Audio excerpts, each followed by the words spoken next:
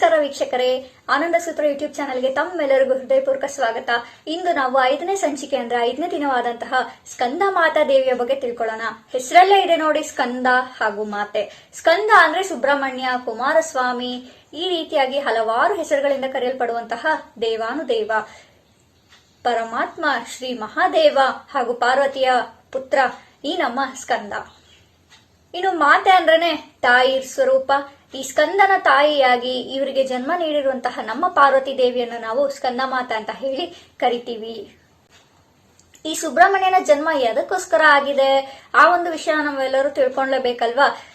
ನೋಡೋಣ ಬನ್ನಿ. ಹಿಂದೆ ತಾರಕಾಸುರ ತನ್ನ ಅಟ್ಟಹಾಸದಿಂದ, ತನ್ನ ತಪಸ್ಸಿನಿಂದ ಒಂದು ವರವನ್ನ ಪಡ್ಕೊಂಡಿರ್ತಾನೆ. ಶಿವ ಪಾರ್ವತಿಯ ಪುತ್ರನಿಂದ ನನ್ನ ಒಂದು ಮರಣ ಹೊಂದಬೇಕು ಅಂತ ಹೇಳ್ಬಿಟ್ಟು.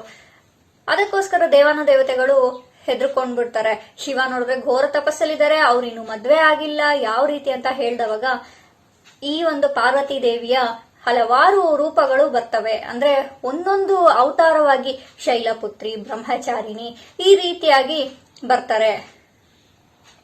ಪಾರ್ವತಿ ದೇವಿ ತನ್ನ ಒಂದೊಂದು ಅವತಾರದಲ್ಲೂ ಶಿವನನ್ನ ಒಲಿಸ್ಕೊಂಡು, ಶಿವನನ್ನ ವರಿಸ್ಕೊಂಡು, ವಿವಾಹವಾದ ನಂತರ ಹುಟ್ಟುವಂತಹ ಈ ಒಂದು ಪುತ್ರನೇ ಸ್ಕಂದ ಅಂದ್ರೆ ಸುಬ್ರಹ್ಮಣ್ಯ. ಮೇನ್ ರೀಸನ್ ಏನಪ್ಪಾ ಈ ಒಂದು ಮಗು ಹುಟ್ಟಲಿಕ್ಕೆ ಅಂದ್ರೆ ತಾರಕಾಸುರನ ವಧೆಯೇ ಮೂಲ ಕಾರಣ. ಹಾಗೆ ಈ ಒಂದು ಸುಬ್ರಹ್ಮಣ್ಯ ದೇವರು ಕೃತಿಕಾ ನಕ್ಷತ್ರದಲ್ಲಿ ಜನಿಸ್ತಾರೆ. ಈ ಒಂದು ನಕ್ಷತ್ರದಲ್ಲಿ ಇರುವಂತಹ ದೇವತೆಗಳು ಕೃತಿಕೆಯರು ಅಂದ್ರೆ 6 ಜನ ಕೃತಿಕಾ ದೇವತೆಗಳು ಬಹಳಷ್ಟು ಖುಷಿ ಪಡ್ತಾರೆ, ಆನಂದದಿಂದ. ಈತ ನಮ್ಮ ಮಗು ನಮ್ಮ ನಕ್ಷತ್ರದಲ್ಲಿ ಜನಿಸಿದವನು, ನಾವು ಹಾಲುಣಿಸ್ತೀವಿ, ನಾವು ಲಾಲನೆ ಪಾಲನೆ ಮಾಡ್ತೀವಿ ಅಂತ ಹೇಳಿ ಈ ದೇವಿಯರು ನೋಡ್ಕೊಳ್ತಾರೆ. ಅದಕ್ಕೋಸ್ಕರ ಸ್ಕಂದನಿಗೆ 6 ಮುಖಗಳು ಬಂದಿರ್ತವೆ. ಹಾಗೆ ಸ್ಕಂದ ಅಂದ್ರೆ ಏನು? ಜಾರಿರುವಂತಹದ್ದು. ತನ್ನ ಒಡಲಲ್ಲಿ ಇರುವಂತಹ ಕೂಷ್ಮ ಅಂದ್ರೆ ಈಗಾಗಲೇ ನಾವು ತಿಳ್ಕೊಂಡಿರೋ ಹಾಗೆ ಕೂಷ್ಮ ಅಂದ್ರೆ ಬ್ರಹ್ಮಾಂಡದ ಶಕ್ತಿಯನ್ನ ಒಳಗೊಂಡಿರುವಂತಹ ಒಂದು ಸಣ್ಣ ಬೀಜವನ್ನ ಆ ದೇವಿ ತನ್ನ ಒಡಲಲ್ಲಿ ಇರಿಸ್ಕೊಂಡಿರ್ತಾರೆ. ಅದೇ ಈ ಒಂದು ಸ್ಕಂದ ಪುತ್ರ. ಆ ಒಂದು ಸ್ಕಂದ ಪುತ್ರ ಒಡಲಿನಿಂದ ಜಾರಿದವಾಗ ಶಿವನ ಜಟೆಯಲ್ಲಿರುವಂತಹ ಗಂಗಾದೇವಿ ಹೇಳ್ತಾರೆ, ನೀನೇನು ಹೆದರ್ಕೊಳ್ಬೇಡ ಪಾರ್ವತಿ, ನಾನಿದ್ದೀನಿ, ನಾನು ಈ ಮಗುವನ್ನ ತಡೆ ಹಿಡಿದು, ನಾನು ಈ ಒಂದು ಕೂಷ್ಮವನ್ನು ಹಿಡಿದು ಕಾಪಾಡಿ ನಾನು ನೋಡ್ಕೊಳ್ತೀನಿ ಅಂತ ಹೇಳ್ಬಿಟ್ಟು ಅವರು ಸಮಾಧಾನ ಪಡಿಸ್ತಾರೆ. ಅದಕ್ಕೋಸ್ಕರ ಸ್ಕಂದ ಮಾತೆ ಅಂತ ಕೂಡ ಕರೆಯಲ್ಪಡುತ್ತೆ.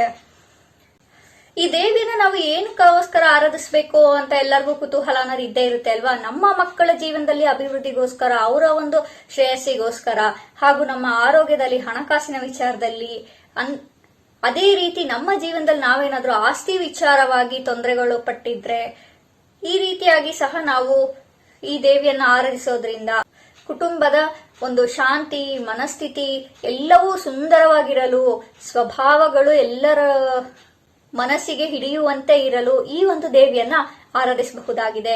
ನಮ್ಮ ಜೀವನದಲ್ಲಿ ನಾವೇನಾದ್ರೂ ಪ್ರಾಪರ್ಟಿ ಇಶ್ಯೂಸ್ ಅಂದ್ರೆ ಕೋರ್ಟ್ ಕೇಸಸ್ ಅಲ್ಲಿ ಏನಾದ್ರು ಸಿಗಾಕೊಂಡಿದ್ರೆ, ಈ ರೀತಿಯಾಗಿ ನಿಮ್ಮ ಆಸ್ತಿ ವಿಚಾರದಲ್ಲಿ ಅಣ್ಣ ತಮ್ಮಂದ್ರ ಜಗಳ ಅಥವಾ ಏನೋ ಒಂದು ಆಕ್ಸಿಡೆಂಟ್ ಕೇಸು, ಯಾವುದೋ ಒಂದು ರೀತಿಯಲ್ಲಿ ನೀವೇನಾದ್ರು ಲಿಟಿಗೇಷನ್ಸ್ ಅಲ್ಲಿ ಇತ್ತು ಅಂದ್ರೆ ನೀವು ಈ ಒಂದು ದೇವಿ ಆರಾಧನೆಯನ್ನ ಮಾಡ್ಕೊಳ್ಬಹುದು. ಇನ್ನು ಈ ದೇವಿ ಆರಾಧನೆ ಇನ್ನೂ ಬಹು ಮುಖ್ಯವಾಗಿ ಮಂಗಳ ಒಂದು ದೇವ ಏನಿದ್ದಾರೆ, ಈ ಮಂಗಳ ದೇವನ ಆರಾಧನೆ ಮಾಡಿದಷ್ಟೇ ಪುಣ್ಯ ನಿಮ್ಗೆ ಲಭಿಸುತ್ತೆ. ಏನಕ್ಕೆ ಅಂದ್ರೆ ಮಂಗಳ ದೇವರ ಒಂದು ಅಧಿಪತಿ ಬಂದು ಸ್ಕಂದ ಅಂದ್ರೆ ನಮ್ಮ ಸುಬ್ರಹ್ಮಣ್ಯ.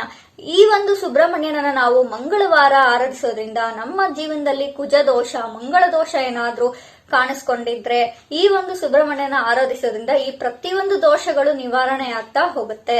ನಾವು ಅರ್ಪಿಸ್ಬೇಕಾಗಿರೋದು ಇಷ್ಟೇ, ಬಾಳೆಹಣ್ಣು ಹಾಗೂ ಹಾಲನ್ನ ನಾವು ನೈವೇದ್ಯವಾಗಿ ಅರ್ಪಿಸಬಹುದು. ಅದೇ ರೀತಿಯಾಗಿ ನಮ್ಮ ಜೀವನದಲ್ಲೂ ಸಹ ಬೇಡದೇ ಇರೋ ವಿಚಾರಗಳನ್ನ ನಾವು ದೂರ ಹಾಕ್ಬೇಕು. ನಮ್ಗೆ ಜೀವನದಲ್ಲಿ ಯಾವ್ದಕ್ಕೆ ಅವಶ್ಯಕತೆ ಇದೆ ಆ ಒಂದು ಎನರ್ಜಿಯನ್ನ, ಆ ಒಂದು ಶಕ್ತಿಯನ್ನ ನಾವು ಈ ದೇವಿನ ಆರಾಧಿಸಿ ಪಡ್ಕೊಳ್ಬಹುದಾಗಿದೆ. ನಮ್ ಜೀವನದಲ್ಲಿ ಒಂದು ಸ್ಥಿರತೆಯನ್ನ, ನಿಷ್ಠೆಯನ್ನ, ಕ್ಲಾರಿಟಿಯನ್ನ ನಮ್ಗೆ ಪ್ರತಿಯೊಂದು ಜಾಗೃತವಾಗಿ ಕಾಣಿಸ್ಬೇಕು. ಹಾಗೆ ರಕ್ಷಣೆ, ನಮ್ಮ ಜೀವನದಲ್ಲಿ ನಾವು ಯಾವ ರೀತಿಯಾಗಿ ರಕ್ಷಿಸ್ಕೊಳ್ಬಹುದು, ಇತರರನ್ನು ಸಹ ನಾವು ಯಾವ ರೀತಿಯಾಗಿ ರಕ್ಷಿಸಬಹುದು ಅಂತ ಹೇಳ್ಬಿಟ್ಟು ಇಲ್ಲಿ ನಾವು ತಿಳ್ಕೊಳ್ಬಹುದು. ರಕ್ಷಣೆ ಅಂದ್ರೆ ನೋಡಿ, ತಾಯಿ ಅಂದ್ರೆ ಮಗುವನ್ನ ರಕ್ಷಿಸುತ್ತೆ ಎಲ್ಲಾ ರೀತಿಯಲ್ಲೂ ಅಲ್ವಾ? ಇದರಿಂದ ನಾವು ರಕ್ಷಣೆ ಅನ್ನೋದನ್ನ ತಿಳ್ಕೊಳ್ಬಹುದು. ಹಾಗೆ ನಮ್ಮ ಜೀವನದಲ್ಲಿ ನಾವು ಮುಂದುವರಿಬೇಕು, ನಮ್ಮ ಜೀವನದಲ್ಲಿ ನಾವು ಅಭಿವೃದ್ಧಿ ಹೊಂದಬೇಕು. ಜೊತೆಗೆ ನಮ್ಮ ಜೊತೆ ಇರುವಂತಹ ಜನಗಳಿಗೆ ನೀಡಿ ಅವಶ್ಯಕತೆ ಇರುವಂತಹ ವಸ್ತುಗಳನ್ನ ಕೊಡಬೇಕು. ಅವರಿಗೆ ಯಾವುದರ ಒಂದು ಹಸಿವಿದೆ, ಆ ಒಂದು ಹಸಿವನ್ನ ನಾವು ತುಂಬಿಸ್ಬೇಕು. ಬಟ್ಟೆ ಆಗಿರ್ಬೋದು, ಜ್ಞಾನ ಆಗಿರ್ಬೋದು, ವಿದ್ಯೆ ಆಗಿರ್ಬೋದು, ಅಥವಾ ಊಟ ಆಗಿರ್ಬೋದು. ಅವ್ರಿಗೆ ಈಗ ಎಲ್ಲಾರು ಬಂದು ಕೇಳೋದಿಕ್ಕಾಗಲ್ಲ ಅಲ್ವಾ, ಎಲ್ಲೆಲ್ಲೋ ಇರ್ತಾರೆ ಪಾಪ. ಕೆಲವ್ರಿಗೆ ಮನೆ ಇರಲ್ಲ, ಉಳ್ಕೊಳಕ್ ಜಾಗ ಇರಲ್ಲ, ತಿನ್ನಕ್ ಅನ್ನ ಇರಲ್ಲ, ಉಟ್ಕೊಳಕ್ ಬಟ್ಟೆ ಇರಲ್ಲ. ಹಲವಾರು ಜನ ಹಲವಾರು ತೊಂದರೆಗಳಲ್ಲಿ ಅನುಭವಿಸ್ತಾ ಇರ್ತಾರೆ. ಆ ಒಂದು ಜನಗಳಿಗೆ ನಾವು ಸಹಾಯ ಮಾಡೋದ್ರಿಂದ, ದಾನ ಧರ್ಮಗಳನ್ನ ಮಾಡೋದ್ರಿಂದ ಸಹ ನಾವು ಈ ದೇವಿಯನ್ನ ಆರಾಧಿಸಿ ಒಲಿಸಿಕೊಳ್ಳಬಹುದು. ಇನ್ನು ಈ ದೇವಿಯ ಮಂತ್ರ ಹೀಗಿದೆ: ಓಂ ದೇವಿ ಸ್ಕಂದ ಮಾತಾಯೇ ನಮಃ. ಈ ಒಂದು ಮಂತ್ರವನ್ನ 108 ಬಾರಿ ಜಪಿಸಿ ಪುಷ್ಪಾಲಂಕಾರದಿಂದ ನೀವು ಆ ದೇವಿಯನ್ನ ಆರಾಧಿಸಬಹುದು. ಈ ಮಾಹಿತಿ ನಿಮ್ಮೆಲ್ಲರಿಗೂ ಇಷ್ಟವಾಗಿದೆ ಅಂತ ಅನ್ಕೋತೀನಿ.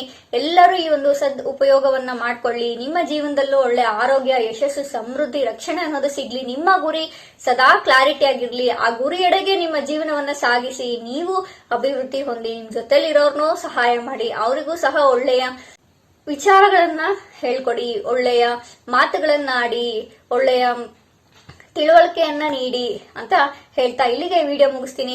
ಮತ್ತೊಂದು ವಿಶೇಷ ಮಾಹಿತಿಯೊಂದಿಗೆ, ಮತ್ತೊಂದು ಸಂಚಿಕೆಯೊಂದಿಗೆ ನಿಮ್ಮೊಂದಿಗೆ ಬರ್ತೀವಿ. ಧನ್ಯವಾದ. ಶುಭಮಸ್ತು.